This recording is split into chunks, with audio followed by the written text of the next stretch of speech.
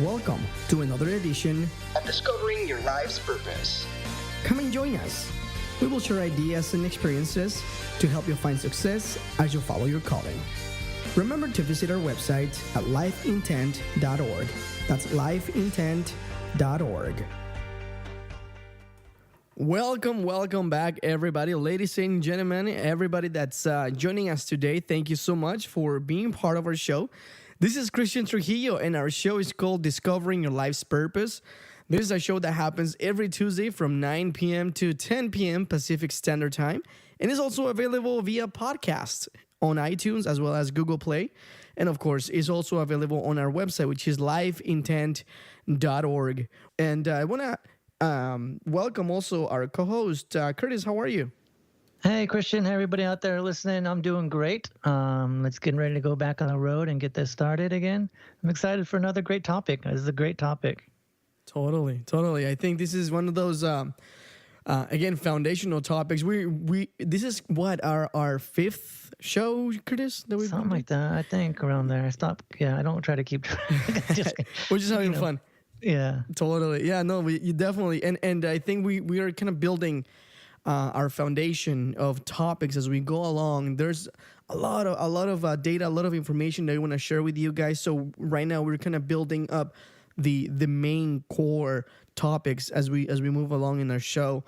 But today's show is very, very good because I feel, Curtis, I don't know what you think, but I feel that this is one of those that will dictate a lot of the future of each of us, right? If we build good habits, it will pretty much dictate our success or our failures. Yeah. Habits is interesting, man. You figured, that's a good foundation for who you are, I think. Everyone says personality, you grow up and learn your personality, but I think habits is kind of one of the most, I think, I don't know what the lack of a better term, but kind of sneaks in there in the way you're growing up, because that's what makes you, True. As simple as to waking up every day, to eating breakfast. It creates to going to school or whatever, but even how you do homework, it's funny how it starts evolving. And it's interesting, man, that I think it's kind of sneaks in there. We really don't discuss it enough. That is true. And I love doing this type of shows, to be honest with you, because I am learning so much. You learn a lot when you teach and when you help others. But also, by doing these shows, I mean, the ability for us to be able to share ideas, right? And the opportunity for us to share ideas and just bounce ideas back and forth, and then have our listeners send us their messages, their questions. I mean, that just helps a lot with this type of topics. So before we get started, Curtis, let me go ahead and put a couple of messages here on how people can join us and be part of the show live, as well as one of our sponsors here. So don't go anywhere. We'll be right back just after this message. Do you like what you hear? Do you want more? Visit our website today, www.lifeintent.org. That's www.lifeintent.org. Do you want to be part of the show? What are you waiting for? Give us a call, 949-427-0367. Send us an email, info@lifeintent.org, or check us out on social media, Facebook and Twitter @lifeintent.org. You have great ideas, and the world needs to hear about them. How about having your own website where you can host your podcasts? Or maybe an online radio station. Shiloh Tech can do just that with their website design service, Icecast or Shoutcast hosting for your online radio station, and the consulting services to get your station up and running with multiple DJs around the world in no time. Call us today for more information. 949-540-9989. Or visit our website today, shilotek.com. SHYLOTEK.com. Well, there you have it. Remember that you can also send us a text message. If you don't want to be live in our show, that's completely fine. Just send us a text message. 949-427-0367. 949-427-0367. 0367. All right, Curtis. Well, let's get started. Go ahead and get started with the first main topic there, because I know that the current habits section is very important, and it's kind of the first bullet point there. So why don't you take it away? Well, I like this topic because, like I said earlier, I think it's a big foundation for who we are as individuals. I don't think we don't really study this enough. I think it needs to be said a little bit more than we really do, because there are so many things that get us started in our habits, and it can be from watching somebody to the way we were raised, or even us changing our daily rituals and making our habits. I think the first thing we want to talk about is, how are they created? Where do they originate from? I think that's a question going to vary with everybody depending on how they grow up. For example, if you have someone that's in foster care all the time, that's where they're going to learn their habits. Maybe their friends are stealing, or people around them are stealing, or they're so used to moving around that they don't unpack and stuff like that. I mean, that's a simple habit. I think overall, we all know that our habits are going to come from our parents, and they're the ones that we're going to emulate when we grow up. We're going to be what our parents do, in some sense. And then after that, we start forming our own habits, and we start growing with the habits that created and that we are allowed to do from our parents. I think that's huge, because you got to remember, our parents form us, or our guardians form us, and then it's the stuff they don't stop, which allow us to form these habits. And in these habits, whether they're good or bad, it's still something that's being formed. So that's the kind of how I want to start off with, is just origination, which I think going back, we all know it's going to come from our parents in some way or another, but it definitely comes from when we're growing up. Now, the current habits.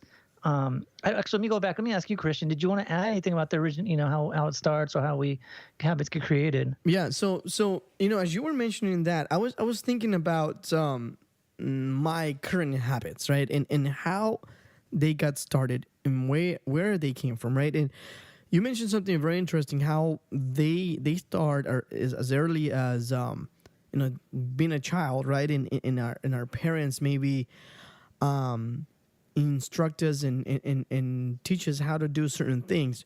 Whether this means when you're young, you have to make your bed every morning, right? And when you wake up, that's the first thing you do. Now, that's not something I do. I wasn't taught that, but now we're learning, and we're teaching that to our kids, right? That you have to be responsible enough to do that. But there's a lot of habits that I have, and they originated, a lot of them, from when I was little. And as I grow older, it becomes really hard to change them, right? So I think the origination is very interesting, because there's a lot of influences there, right? It can be family, it can be friends, and it can be something maybe we just did just for the heck of it, and just became a habit. So go ahead. So first habits, and thanks for sharing that. I appreciate that, because that is so true. Is I think one of the major things for us as adults, as we get older, get into finding a job and the workforce, I think that's we all create habits at work. Whether it can be, how many of you guys come in late to work? That's a habit. I will have to say, for me personally, like I got so used to going to school late because of my mom. We'd always. And it was a terrible habit to have. Now, nothing against my mom. We all grew up differently. She grew up differently. So, but it was a habit that being on time was good. Now, obviously, in my world, it's you got to be 15 minutes early or you're late, and it's obviously something I'm teaching my kids. So it's everything you do, and there's a lot of things out there we can cover. I know we're not going to go over everything. So please, like Christian said, please let us know if you have any questions or anything you'd like to add, or anything you'd like us to discuss in regards to habits, because this is a huge realm of things to discuss. And also, you can hit me up on Facebook too if you let me know that you're listening. But going back is like going to work and you're doing these habits, and you go, even Xeroxing something or copying something, or when you talk to somebody. Like, some people get to work and they work. That's a habit. Some people get to work and I'm going to go hang out at the coffee station. I'm going to hang out at the water cooler. Right? That's where on gossip and stuff like that.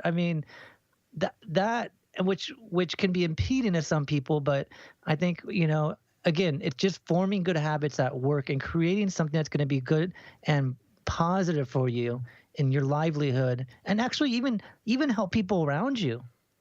You Right. know, Right now, let me ask you something because I think this is a good question to start with. But why do you think habits are so important? I mean, we're gonna go into detail later on, and let me tell you guys, just so that you guys know, towards the end, we're gonna share a list of 5 scientific ways to build habits that stick. Okay, and these are really really interesting. But Curtis, getting back to the topic here, why do you think habits are so important habits for are our lives? habits are so important because they form us. If you really take all the habits we do in life, the habits are who we are. From, I don't know, like I said, working, from drinking, from even picking your nose. I don't know, maybe, Right. you don't use a Kleenex every time you pick your nose or something like that, but that's a habit. So all these habits kind of mold you, and that's the kind of like, if you will, for lack of a better term, that's your personality. Or Like, define you. yeah, exactly. Thank you for that. It defines who you are, and Mm. that's what habits do. There are these behavioral patterns that you are repeating every day in your life that you don't just change. And some people, and you know what? I think, and it goes back to a lot, in my opinion, I haven't read on this, but psychologically speaking, I think it goes to comfort. Mm. We're a creature of comfort. We like to be comfortable. We don't want to go out of we don't want to give our comfort zone. And I'm, I think it, and I think go that ahead. depending on the habits that you have, the results are going to be depending on the habits that you have, right? So if you have good habits and you're used to doing something that's a good habit to in your life, you're gonna get those results, that are good or bad. If you have bad habits, then your results are gonna be bad. So I think, what do you think about the importance will be to identify the good habits and change the bad habits that we do have, right? Oh, definitely. I think, that's going to be half the battle is identifying, though. That's more than half the battle, in my opinion, but it's identifying, definitely. How do we identify habits? Man, you got to want to. It's nothing, you can't just go, I have a bad habit. I mean, identifying it is one thing, but taking action is a different thing. Because I I think don't that think, right. I'm sorry to interrupt, because I think that sometimes it's hard to identify a habit. Sometimes it becomes so much part of you, and you're just so used to doing it every day and every time that you didn't even notice that you're doing it, right? And it just becomes part of you. So perhaps having someone next to you that cares about you, that wants to make you succeed and be better, someone that can point those things out, perhaps like a coach or something like that, right? I think that's a key. What do you think, Curtis? I do agree with you. I think you do need somebody there. Like, for example, I was doing in my work, I was prospecting. So I was going to business and just introducing myself, right? What I found myself doing is I kept on touching my chin or my mouth, and I felt that, and I recognized that. So I don't know. I think because I pay attention to things like that I did recognize it. But had I not been someone that kind of pays attention to that thing, it would just went slip by me. And I've seen other people speak, and I know you've seen this. I know everybody out there has seen this. How many of you out there have sat down and seen someone speak, and they either rock back and forth, they're twitching a leg, they're putting their hands in their mouth, to twitching an ear, scratching something, but that's a habit. All right, And so I think hold on. So, and sorry to interrupt you, but let me tell you something. I don't know if I am. I was never diagnosed with such thing as hyperactive or HGAD or all that stuff. But I feel that I have something like it because I can't stay still. Right now, I don't know if that's a habit or not, more than it is what they call a nervous tick or something like that, where I'm kind of moving my arm or I'm moving my leg. Now, that can be distracting, definitely, in a conversation, right? Perhaps there's a way to fix it or not. do you think, you brought up a great point about ADHD and all this, these things they're coming up with kids. do you think it's better for a child? For example, you were diagnosed, and I know we're going off a little bit off tangent here, but if you weren't diagnosed, then you were treated normally, right? Right. But if you get a kid that's ADHD and to put in an ADHD class, what are you teaching that kid? Like, oh, you're special, so you have special circumstances. I know we're going off topic. I know it's totally different, not the subject we're talking about, but it's kind of, and even, I mean, that does kind of go back to habits, because that can create your habits of the way you're being treated. Mm-hmm. So do you feel that it's a benefit that you weren't diagnosed? Let's say you say you even are, and we don't know it. Do you think it's a benef that you weren't? I do. Could You you- know what? That's a great point. But I do believe that it was a benefit, because I feel that if I would have been diagnosed with it, I think I would have grown some other insecurities, and perhaps because I was treated differently, I may have grown with a different mindset, of myself, of my future, Right. of my surroundings. So I think you have a great point there. Just because I was never diagnosed with it, I grew up in an environment where I was allowed to function as a regular person with this maybe habits, maybe this HGD or whatever it is that I have, and I used it to my advantage. I feel because Go ahead. yeah, because I feel that when I do that, because my brain is always thinking so many things, right? And I feel that I can't stand still just listening to someone. I'm telling you, when I'm at church, for example, right? And I'm listening to the preaching. I love listening to the preaching, and I am paying attention, but I am constantly moving. My wife is already used to it, so it's not a big deal for her. But in the beginning, it was like, "What are you doing? Calm down." But I feel that allows me to be kind of focused, Well, you just said a great point. That's something that resonated with me. You said that, you love to listen to the preaching. How many of you guys out there love to listen to your preacher if you go to school, if you go to church? How many love to listen to the pastor? I mean, that in itself is a great habit to have. I mean, I don't know. I'll tell you, I struggle at times. I'm not going to lie. I do struggle at times listening to my pastor. But how do you take this information in, and how do you use it in your life? That's a habit that you have to create as well, as well as prayer and bringing the family together. I think that all them vibes, since you were talking about that, is, bringing prayer, church, family, it's all one unit. Like, how do you create a habit for a family to be praying or to be, so how are you teaching your kids to create habits to love the pastor or what he's preaching?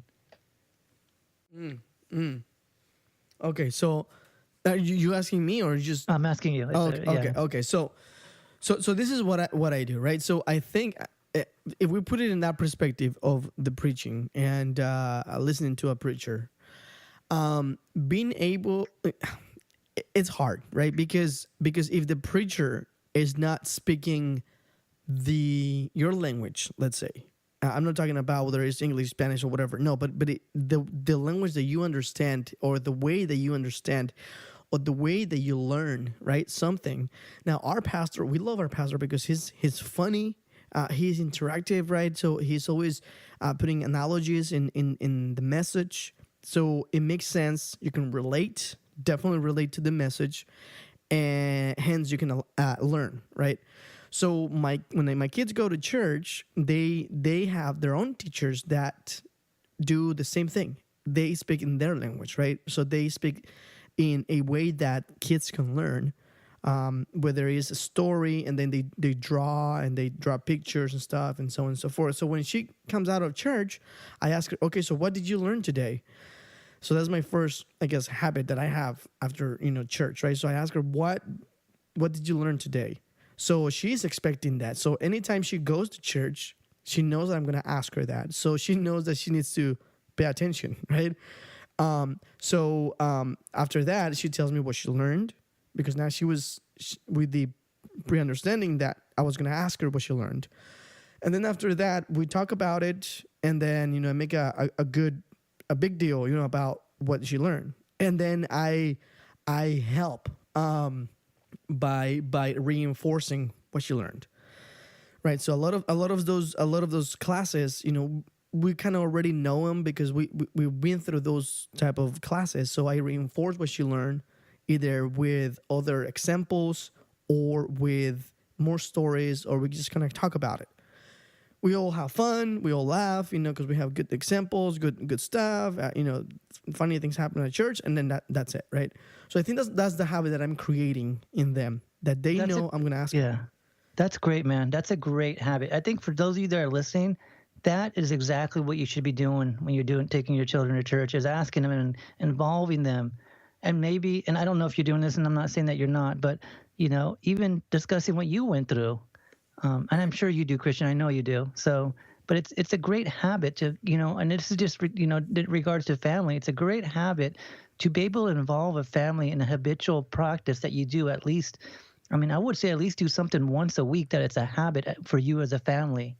Dinner, for That's a example. great point. That's really good, because I think you're building memories, right? I mean, you're bringing the family together, and you're building a habit that, for example, we are trying, and I'm not going to tell you that we do it every Friday, but we are trying to do it every Friday, where we have a family Bible study, okay, which is a book that we bought especially for kids, and we go over a story in that book, and then there's an activity, like a fun activity that we do, and then we know that right after that we're gonna play Monopoly. Okay, that's kind of our routine, our habit that we have, and my kids love it. My daughter, who's 8, she loves it, and she's looking forward to it. Now the problem that I have, Curtis, and I think this is something important that we need to talk about, is the how do you say, when you do it often, you don't stop doing it, you keep doing it, the consistency of it, right? The consistency of the habit. That's something that we are a little bit struggling with, to be honest with you, but I think is very, very important, the consistency. That's a great point that you even say that. So is it a habit if it's not consistent? Oh, that's a good one. Okay. Is it really a habit? I guess we're trying to build a habit then. Right. So how do you build a habit then? Well, What makes it a habit? what makes it a habit is that you're continuously doing this. I won't even say subconsciously. This is something that you have something etched in your neural pathways. That's something that you kind of have to do. For example, I remember, I haven't worked out forever, but when I used to work out, I used to have I used to feel bad not going to the gym. Like I would miss a day, and I'm like, oh my goodness, I cannot believe I missed it. So it's kind of just I think it's a feeling. Because you have to feel and be dedicated to do it. And once you're doing it consistently, it's kind of like ingrained in you. It's not, like I said, it defines, it's part of who you are. True. Now, okay, so we can cover the general stuff. Now, let's talk about bad habits. Okay, so let's talk about them, and let's talk about perhaps the roots and the consequences of this. So, bad habits, right? I guess they get rooted or initiated almost the same way as root habits, but I believe that the bad habits are much easier to acquire than the good habits. Is it just like perhaps like sin, perhaps like something in the flesh, right? That is just so much easier to do. Is it because of laziness, or what do you think is the root of a bad habit? Well, I think you hit it. It's easier. I think as human nature, we want to do what's easy. So it's easier. So for example, snacking at night. How many of you guys go in midnight and grab something from the fridge to snack on? Right. Right. And then how many of you guys aren't even hungry but still do it? Right. So it's just easier. It's just something you do. And so I don't know, it's not like a total bad habit, but it is a habit that's not healthy for you. Right. We're just so used to it. Like I said, it's instilled and it's neurologically kind of ingrained in us that I have to do this. I have to go do this because I do it every night. I can't not do it. And that's what it is. It just, you feel bad when you're not doing it, if you will. Kind of like I gave you the gym example. Do the same thing, but for the bad things. It's like, oh, I feel bad I didn't do that. You know, I Mm-hmm. mean, there's even, you know, I mean, people go, you know, I mean, this is, you know, I hope there are adults listening on this and no children, but I mean, but it's reality is a lot of men out there have issues with just going and jumping on an internet site and taking care of their business every night. Mm. Um, you know, masturbation. So I don't know that, but that becomes a habit for people. You know, it's incredible. Like I had a buddy of mine tell me that people are buying Fitbits and having these masturbation contests with how many times they're. I mean, it's incredible. So, but that's a bad habit. I don't mean to go too much off tangent into regards to any triple X stuff, but I just want to show the extreme of bad habits. It could be as simple as, like I said, eating light, you know, snacks at night to masturbating every night just because you have to, because it's a habit that you created. Right. A lot of bad habits, in my opinion, comes from wasted time. What's shoot, Christian? What's the idle? The hands are idle. What's that scripture? If your hands aren't idle, I don't remember it. But if you have nothing to do, you're gonna sin. You're gonna do something bad. Oh, I can't remember that verse. I know what you're talking about, but I can't remember it. But yeah, basically the context is, or the idea is that if you have nothing to do, then you pretty much gonna do the wrong thing. Right. Oh, it comes down to so you were talking about the bad habits that we have, right? We're talking about, let's say, the late night snack, right? That we all are guilty of, right? And that it turns into a habit, right? So perhaps is because is just the common practice, right, that we developed through the years. Right. Now, if we continue to do that and continue to go down that path, what are the consequences of it? And we're just going to use that as an example. What are the consequences of it, right? Well, that perhaps we're going to be gaining weight, right? And that's going to cause us to maybe, have heart issues or diabetes or cholesterol or we're going to become lazy because of it now, because now we don't have energy, because now we gain weight, self-esteem issues. I mean, all the repercussions of one single habit, right? So now, if we turn that into a good habit, let's say going to the gym like you were mentioning, let's say that instead of eating that late snack, we say, you know what, I'm going to do 10 push-ups before I go to bed. And we turn that into our habit. What are going to be the repercussions of that? Well, that we're going to have energy, that we're going to perhaps lose weight, perhaps lose a couple pounds, and we're going to build muscle. We're going to build our six pack. And I mean, I don't know, but I'm just going to try to just give an example of the repercussions of those habits. And the issue is that it can be something very small, right? Something very, maybe even unimportant to us, right? It's just a snack, right? Oh, it's just this, that I'm doing. It's not a big deal. But if you keep doing it, if you keep being consistent about it, and it's a bad thing, there's going to be a lot of repercussions. Now, this trickles down into everything that you do, right? If you have goals, if you have certain things that you want to do, it can become harder to accomplish these goals because of all these bad habits that are just noise, right, in your life. Does that make sense? I totally got it. I think one of the bad habits I really want to talk about that I don't think people really see as bad habit is watching TV. Mm. We all watch TV, no doubt about it. The great thing right now is now we have DVR, now we have Netflix and all this other stuff, Hulu and all these other new things coming out. But you guys got to understand, and that goes back to what you were saying, Christian, is you got to recognize what your bad habits are. Recognizing that watching TV, and the reason I say this because I used to watch a lot of TV. Not that I don't watch a lot, but I mean a lot's a relative word. I know I've definitely toned it down a lot, like a lot more. I'm trying to get down to a certain amount of hours a week, but that it goes back to the recognition of finding these bad habits, and I think wanting to better yourself and stuff, and become a better person, And now we're going back to you saying earlier as well, is like, well, you need someone to recognize those bad habits. Like, how do you have somebody recognize that your bad habits watching TV? So, great point. So let me tell you something. Let me give you an example, right? So if you have an athlete, maybe this athlete is the best athlete ever, okay?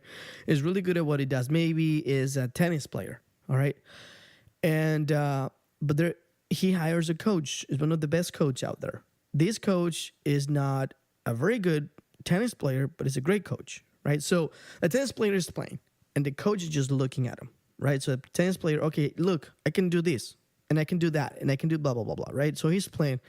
So as he's playing from outside, the outsider, the coach, is looking, and he's watching every move, right? And he noticed that his ankle was moving in a certain funny way that was kind of throwing this athlete off balance. So anyway, so this guy told him, you know what, do this next time, just put your ankle right here, don't move it, and just center it there, and blah, blah, right? So by just making that change, the tennis player became so much better, right? And now he was able to identify from outside this bad habit that he was having because he was moving the ankle in a certain way.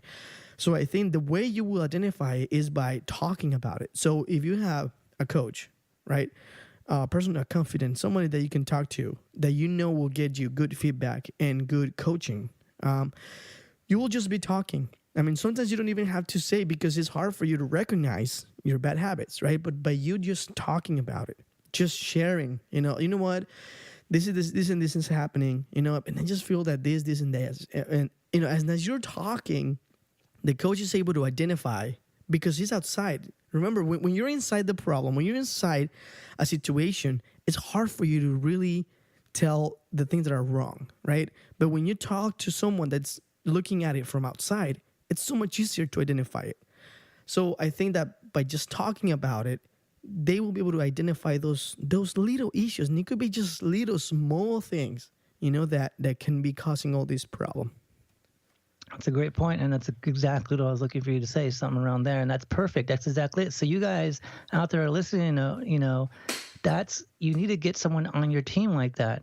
You need someone there to help you. You know, I do it with Family Success Journey. I help people out and help them become better, so I'm doing some coaching there. I know Christian's doing career coaching, and he can help you out with that. But you definitely need someone out there that's going to help you. You know, I think Christian and I had a great conversation the other day about, you know, well, I don't see why I really need a coach or anything like that. Just in general, we were talking about it, and he brought up that point. It's like, you don't know. You could think you're perfect at everything, but you're going to have habits here and there that you just haven't got rid of. And that's what a coach is going to do, is find that and say, oh, well, you need to tune this up a little bit, or you need to do this a little bit, or you need to get rid of that, or stop going out the night before and drinking before you play a tennis match or something like that. You need someone to kick you in the butt, if you will. And I think it doesn't have to stop there. I think there needs to be an accountability, right? Where, okay, you say you were going to do this, or you say you were going to stop doing this. Have you stopped doing that? Well, no. Well, come on, man. You know, you're trying to get there. We identify this as an issue, and we identify that this is causing these other problems. So you need to do it, you know? So I think that accountability is going to force you to want to do it, right? Because you know you're going to be asked that question. It's like the example I was giving you about my daughter. She knows I'm going to ask her, how was her class? What did she learn about it, right? So she already knows that after the class, I'm going to ask that question, and that I am expecting an answer. And that if she says, I don't know, well, what do you mean you don't know? You know, please pay attention, blah, blah, blah, right? She knows I'm going to be talking to her about it, right? And asking her to pay attention. So in order for me to not ask her, or for her to not be asked that question, then she just rather pay attention and just get it done, right? So I think that accountability, having that person that's going to keep you accountable and is going to keep you and ask you if you did what you said you were going to do, it's huge. No, I totally agree. I think, you know, there's a lot of habits out there that are bad. And I think out there, we're trying to help you guys understand. And again, we're not experts on this, but we want to bring it to your attention that we all have bad habits. And you kind of have to go and find out which are your top worst habits. And you got to start working on those. because those are the ones that, like what Christian is saying, whatever you can change in regards to those habits, you're going to have consequences for the negative part, but you're also going to have, like your wins for your changes and stuff like that. So it's definitely something that you need to be out there and be aware of and find out what's going on out there. Is it a relationship? Are you not talking? Are you going out every night partying? Are you having problems with your friends? Or do you not want to surround you with your friends? There's everything. There's something behind everything. I think we have to look at, like I said in the beginning when we started this, I don't think we look at habits enough because there's a lot of those things that define us. And if we can figure out how to kind of like categorize the habits or, just list them and find out which are kind of like we talked about our last episode about strengths, kind of like the same thing. Find out what our strengths are and how we need to work on this, or if we need to bring someone else to help us work on it. And I think that's the key, because I think we all need that someone that it's going to keep us accountable and that's going to help us identify them, because we can try to do it on our own, right? But it's just not the same when you have someone right beside you that is going and walking with you and helping you with this issue. So it's very important that you surround her, and we keep saying this on other programs because it's very important, right? For you to surround yourselves with people that are going to help you out, right? So in this society, unfortunately, it's hard to have that accountability, that accountable partner, that friendship, right? That person is going to keep it real, right? And hence why I think in this society that we live in, life coaching is becoming something very, very popular, right? And very powerful, because you're kind of paying for someone to keep you accountable because it's worth it, right? It's valuable. It's something very, very valuable and very worth it. So it's very different from a friendship, because if friends can be honest, but they have that how can I say that sensitivity to the situation, right? To the friendship, to the relationship, that is sometimes hard to be very bold about their comments, right? And pointing something out. So by you hiring a life coach, it's going to be forced to point those things out, because his job, if he's a good life coach, is to be able to for you to be successful. Right now, they're not gonna force you to do it, of course, but they're gonna be pointing those things out, and they're gonna keep you accountable and keep it real, basically. Yeah, I totally agree. That's definitely something that people need to start. I think you take was talking about life coaches. I think they're underutilized. I think there's a negative connotation to life coaches out there. I think when people think life coach, and I think this coming from personal experience, the way I used to think. If I'm a life coach, or if I get a life coach, I need help, and I really don't want people to think I need help. It's not like that. When's the best time to get help? When you're in the dump or before you're in the dump? Right? Before you're in the dump. Right. You don't want to go into the dump and then all of a sudden get a life. You want to be preventative. It's kind of like health. You want to go in for your checkups. You want to go in for your mammograms.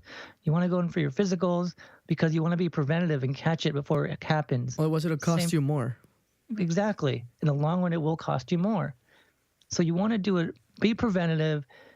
Obviously, stick to your finances is a big thing too, but figure out what's going to make sense for you financially and try to get a life coach. I know right now I'm helping people out. I'm doing it for free right now for a couple people. So I think maybe I'll do one more. If anybody's out there looking for a coach, let me know. Christian, I don't know if you want to add anything to that. Definitely. And how do you go about changing those habits? Because, okay, so we know, let's just do a quick recap here. We know that the first and the very most important probably thing is identify those habits, right? And sometimes it's very hard to do it on your own. So you need the help of a coach or someone from outside that can see and detect those bad habits. As they point them out, okay, now you know and you have identified these bad habits, right? I think the other is, why should you change those bad habits? Understanding the repercussions of this is another thing that's very important. So first identify them, understand the repercussions, and then evaluate if you need or want to change them, right? Most of the time, I will say you would want to change them because if it's a bad habit, it's going to have bad repercussions, right? So identify them, understand the repercussions of them, and as you do that, you will identify if you want to or not change them. But now, how do you change them? How do you transform, morph, or just get rid of these bad habits? I think since I have personal experience in it, I have a lot of personal experience in it from what I've been going through in the last 5 years. First thing is, like you said, it's recognition. Okay. Find the bad habits. And some of these bad habits you won't even find until you're trying to get rid of one of, or you're changing. So I don't really consider you creating new habits. I don't believe in that term. I think you're replacing old habits. That's the way I see it, is you're replacing an old habit. For example, let's say I watch TV every Thursday night from 6 p.m. to 9 p.m. Now, instead of watching TV, I'm going to the gym from 6 to 7 and then reading from 8 to 9 or whatever, 7 to 9. I just replaced my bad habit. That's what you have to do. You gotta find, first of all, you gotta be motivated. You can't just say, I'm gonna do this. And don't aim big. One of the biggest things that I went through, again, I have a lot of personal experience because I've gone through a lot of habit changing or replacement, is start small goals. Have small goals. So, for example, let's use that one I just did again. Let's use that one to go to the gym. Well, maybe start working out at home. Start for 5 minutes and then go 10 minutes, Right. and then 15, and just keep working your way up. And it's kind of like the same thing with habits, is replace it with little goals to achieve that major goal, if you will. That's a great segue for our list for today.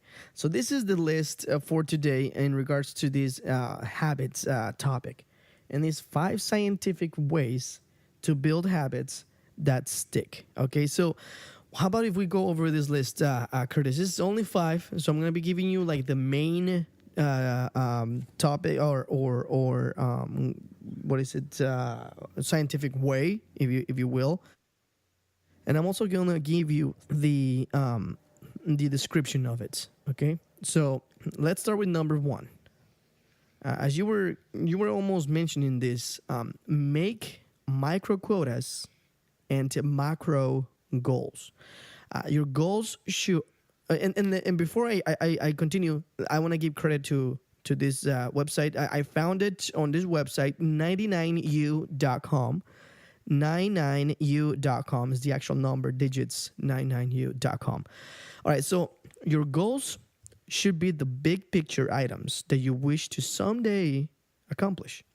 But your quotas are the minimum amount of work that you must get done every single day to make the big goal a reality. Quotas make each day approachable, and your goals become achievable because of this. What do you think about that? That's exactly what I was going with it, is, start with the little things and just work your way up to your bigger goal. I think it's great, right? And that's why I was kind of like, okay, hold on, because you're already, you're still in my thunder. No, but you're so true. And I think, so how do you, it's like that saying, right? How do you eat an elephant? Right? One bite at a time, right? I mean, essentially that's what it is. You have these big goals in mind, these big things you want to do in your life. How do you get there? If you just start thinking about that big picture and just trying to go for that big, picture quota thing, it's just it's gonna be so much harder. But if you make micro quotas, daily micro quotas, I think it'll become much easier, right? I mean, you need to find a balance in a desire to dream big with your day-to-day activities. And this will allow you to make bigger results, right? As you do and make these habits or these micro quotas daily, it'll become easier to get to that main goal. Now, number 2, create behavior chains. What does this mean? Creating sticky habits is far easier when we make use of our current routines instead of trying to fight them. The concept of if-then planning is built around environmental triggers that we can use to let us know that it is time to act on our habit. Also known implementation intentions. This tactic involves picking a regular part of our schedule and then building another link in the chain by adding a new habit. For instance, instead of I will keep a cleaner house, you could aim for when I come home, I'll change my clothes and then clean my room, office, or kitchen. I think that's pretty good too because you're using your daily routine, right, to accomplish bigger goals, right? So instead of like this example, instead of saying I'm gonna clean my house, maybe you start with a room at a time, maybe a room at a day, you know. And instead of saying another example, I'm gonna lose 30 pounds, you know, maybe I'll start with, you know, I'm gonna lose 2 pounds or 3 pounds a week, and then you go even more granular, right? Where you say maybe every day I'm gonna work out for 10 minutes, you know, or something like that. And please interrupt me, Curtis. I at just, any time. you know, I wanted to actually share something I saw. It was Proverbs 16:27-29. Idle hands are the devil's workshop. Idle lips are his mouthpiece. So that's what I was kind of, and that's what I was kind of getting to, is like exact same thing what you just discussed. It kind of goes hand in hand. Is you're sitting there and you don't know what to do. You're gonna do what's easier, which is the bad habit. Or maybe it's watching TV, maybe whatever it is. You know it. So you gotta, you know, one of the other things, and you gotta kind of do is one of the a big thing is you got to plan your day ahead. So when you're there the night before, plan your day ahead so you're not sitting there thinking, oh, what do I need to do? What do I need to do? I have nothing to do right now.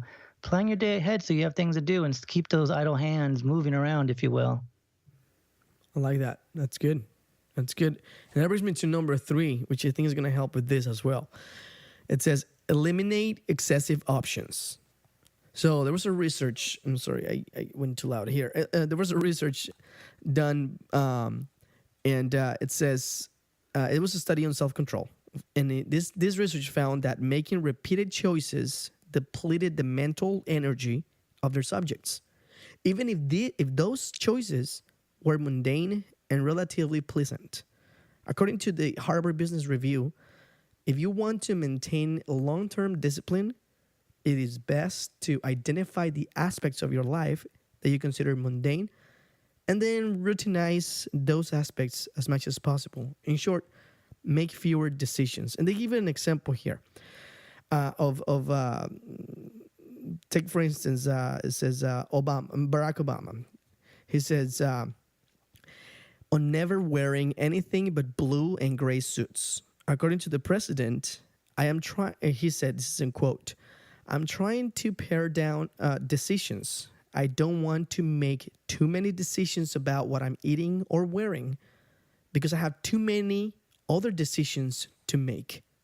This is so cool because I don't know. Let me let you talk. What do you think about this one, Curtis? I think it's good overall. It's just saying that you pretty much don't worry about the small things. Focus on the things that matter most to you in life. So what's going to, you know, one of the other things I learned is, you know, what's going to make me money today? That's kind of the same thing. What am I going to focus on at work? I'm going to focus on the things that are going to make me money. Am I going to waste my time on Facebook? Am I going to go on Google a bunch of stuff?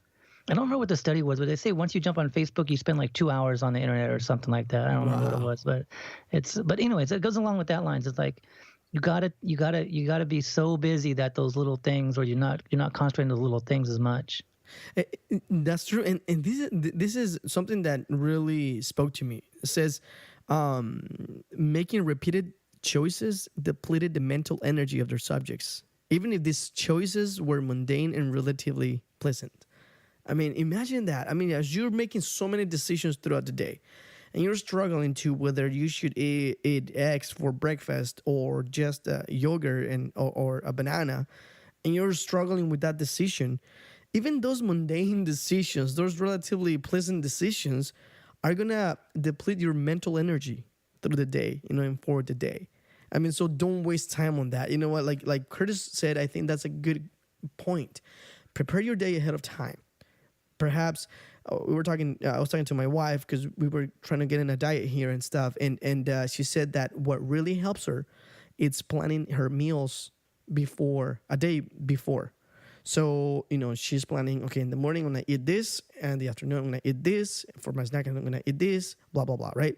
She already knew and was predisposed to what she was going to eat. So when it came to that time of the day, she already knew what she was supposed to do. So it became so much easier to be on a diet, right? Because she already knew and she was already with that understanding that she was going to eat that. Now, if we put it into this context, I mean, this gave her more energy, more mental energy through the day to make those hard decisions, right? To make the decisions whether, I don't know, whatever those big decisions of her day were going to be. But you hit something. And it kind of goes back. Your wife, she's preparing everything. But think about that, you guys out there, Christian. Think about this. Is it easy to prepare everything? No, I mean, it's not. It's not easy. But it's not hard, difficult. But what's easier is what it comes down to, and that's exactly what these habits are. Like I said before, what's going to be easier for you, and what's going to give you the best feeling, the most gratification right away. And that's our human nature. That's society. Bob Proctor called this a paradigm. These are things that we think are so normal because we believe they're normal because everyone else does it. This is where if you want to be productive in your life, you go against the grain, go against the crowd, do things that are in society known as abnormal or different. That is what's going to create a great habit, and that's what's going to make you successful in regards with these habits. Go against the grain, and it's just because everyone else is doing it doesn't mean it's necessarily right. Your way can still be right, and I like what your wife's doing. I'm commending her on that. What I'm saying is, she's doing what I don't know. I would say probably 10% of the people in the United States are doing, but those 10% people are right. 90% of people are wrong. It's the opposite of what we're. It's a great habit to have. Totally. No, I agree. And now the what's gonna make a big difference is gonna be the constant, right? I forgot the word again. When you do something over and over again and you're gonna continue to do it. Habit. Sure, the habit, but the consistency of it, right? Of that. So it'll turn into a habit, or otherwise it's just something that you did for a period of time, but you stopped. So it's really not a habit. So here's number 4, process plan. A variety of research shows that excessive fantasizing about results can be extremely detrimental to the stickiness of any habit. According to this study from UCLA, the mistake is in what we visualize. Researchers found that those participants who engaged in visualization that included the process of what needed to be done to achieve the goal. An example, fantasizing about learning another language by visualizing themselves practicing every day after work were more likely to stay consistent than their peers, which visualized themselves speaking French on a trip to Paris. The visualization process worked for 2 reasons. Planning, which is something that we just talked about. Visualizing the process helped focus attention on the steps needed to reach the goal. And the other one was emotion. Visualization of individual steps led to reduce anxiety. I mean, how interesting is this? Fantasizing about learning another language by visualizing themselves practicing every day after work. I think it's a great. I think like I said, I think we underutilize visualization. Again, this is going against the grain. People don't do this. I don't know. It's kind of like meditating. Some people, oh, you're a weirdo or wacko if you meditate. You guys, visualization is a key part of your life. I teach my kids this. I teach the kids I coach this. I teach all the people, the family success training people I coach. I teach them this. You have to see yourself in that position before you achieve it. Check this out. If you have a nightmare, right? Let's say a nightmare, you were in a movie and it's a scary person. Do you wake up okay? Do you wake up not sweating? Do you wake up, it's like cool Luke? No. You wake up scared. You wake up because you see it. You visualize it. Your mind cannot tell the difference between something real or fake So you put in that fake visualization there, what do you think your mind's going to do? I just want to leave you with that. Think about that, you guys. It's so powerful. Visualization. And I use it on everything, Now, there is a difference, though, right? I mean, I completely agree with what you're saying. However, there is the right way of visualizing and the wrong way of visualizing. Great point. Like in this case, they were visualizing themselves practicing every day, and that gave better results than the other person that was visualizing themselves speaking French on a trip to Paris. What was the difference there? That the ones that were practicing, they were visualizing an action of how and planning how to get there, right? Whereas the other ones were just visualizing the getting there. Right? It doesn't matter how, they didn't think about the process. They just wanted to get there. So I think visualizing the steps that you're gonna take to get there is going to be the key to the success. So I encourage you that if you want to achieve something, right? Let's say, just an example, you want to build a business, $1 million business. Don't visualize just the business, the $1 million business. Don't keep visualizing that. Visualize the steps that will take you there. Whether it means, okay, I'm going to start with this, and I'm going to do some marketing here, and then I'm going to invest some money here, and then I'm going to study this, and whatever it is that are the steps that you're planning to get there. Visualize it first, because then that's gonna be the driver, right? That's gonna be the pattern that you're gonna build mentally, psychologically, and then you're gonna act on it. All right, so here's number 5. Eliminate screw it. What does this mean? New habits are often very fragile, and it is for this reason that we must eliminate any source of friction that may lead us astray. These screw it moments are the specific moments where you find yourself saying, screw this, is not worth the effort. Or more scientific take on this phenomenon is called the what the hell effect, which explains why we are so likely to abandon ship. Here's my ESL here. To abandon ship with a new habit at the first slip up. The solution: examine your habit and find exactly where things start to break down. And a great example of putting this in action, author and 99U speaker Ramit Sethi has explained how he improved his gym attendance by finding where things would slip. So here it is.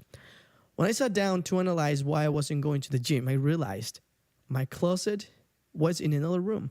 That meant I had to walk out in the cold, put on my clothes. It was easier to just stay in bed. Once I realized this, I folded my clothes and shoes the night before. When I woke up, the next morning, I would roll over and see my gym clothes sitting on the floor. The result? My gym attendance soared by over 300%.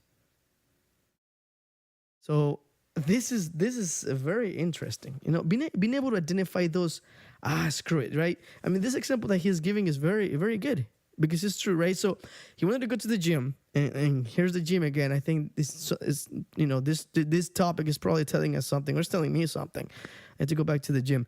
But, as he was trying to go to the gym, he was able to identify what was causing him not to go to the gym, which was the fact that the closet where his clothes was out, right? It was in a different room where it was cold, and all the effort that was going to go through to be able to get his clothes. But as he identified that, he fixed that by bringing the clothes to him, and that gave him a better result.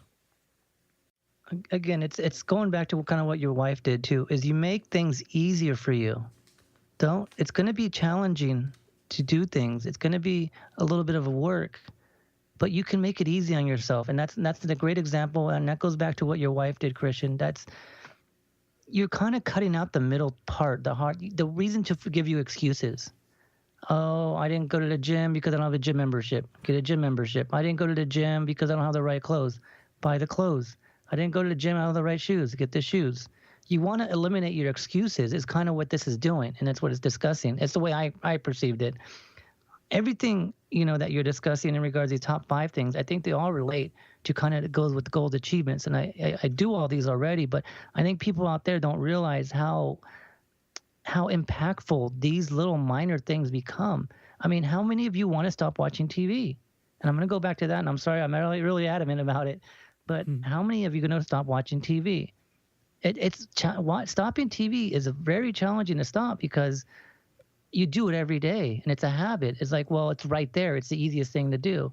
Oh, I don't want to read a book. You know, have things ready for you to reach your habit that you want to change.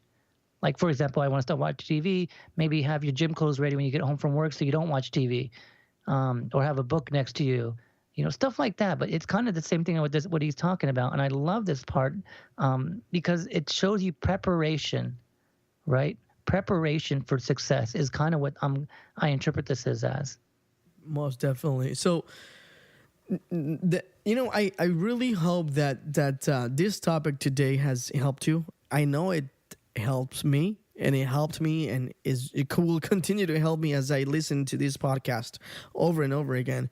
But I do hope that this is helping you, and if it is, please let us know. Send us some feedback, either via email, info@lifeintent.org. You can also give us a call and leave us a voicemail at 949-427-0367.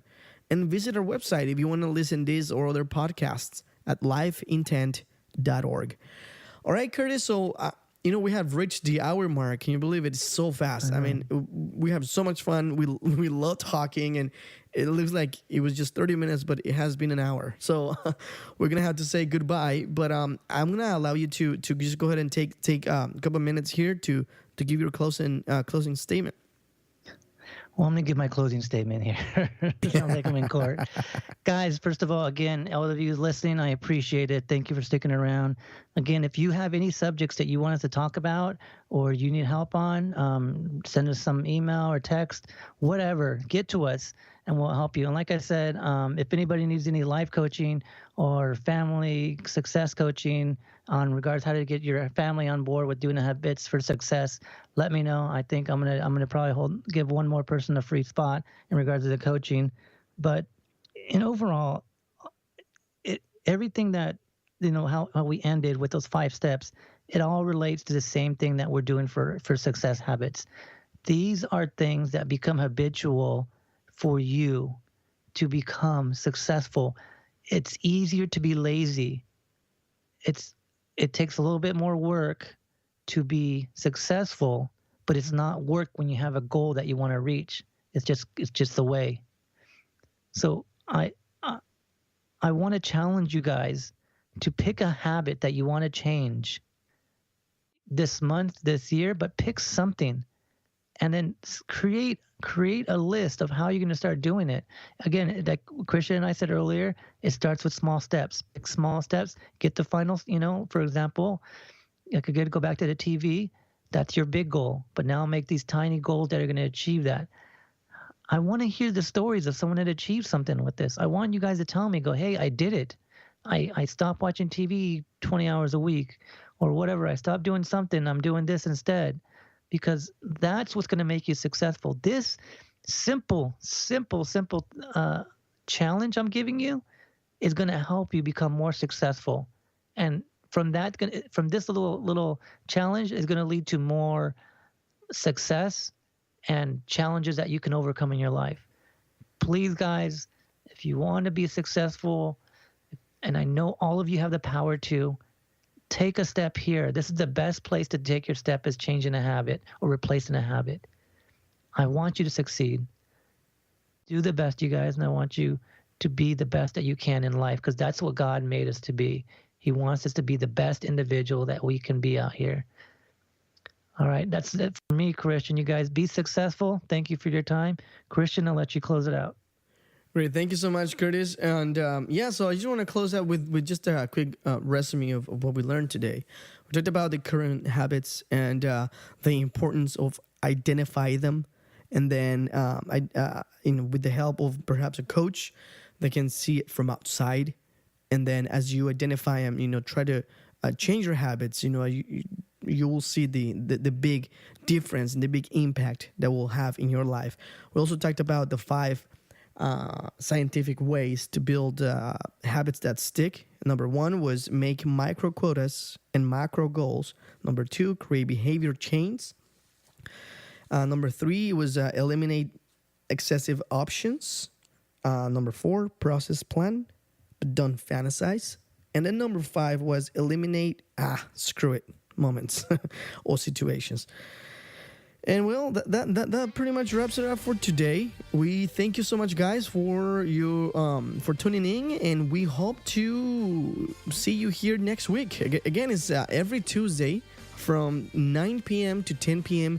Pacific Standard Time. Thank you so much, guys. You guys have a great night. Thank you for listening to Discovering Your Life's Purpose. Remember to tune in every Tuesday from 9 p.m. to 10 p.m. Pacific Standard Time. You can also listen to shows on demand via our website, lifeintent.org.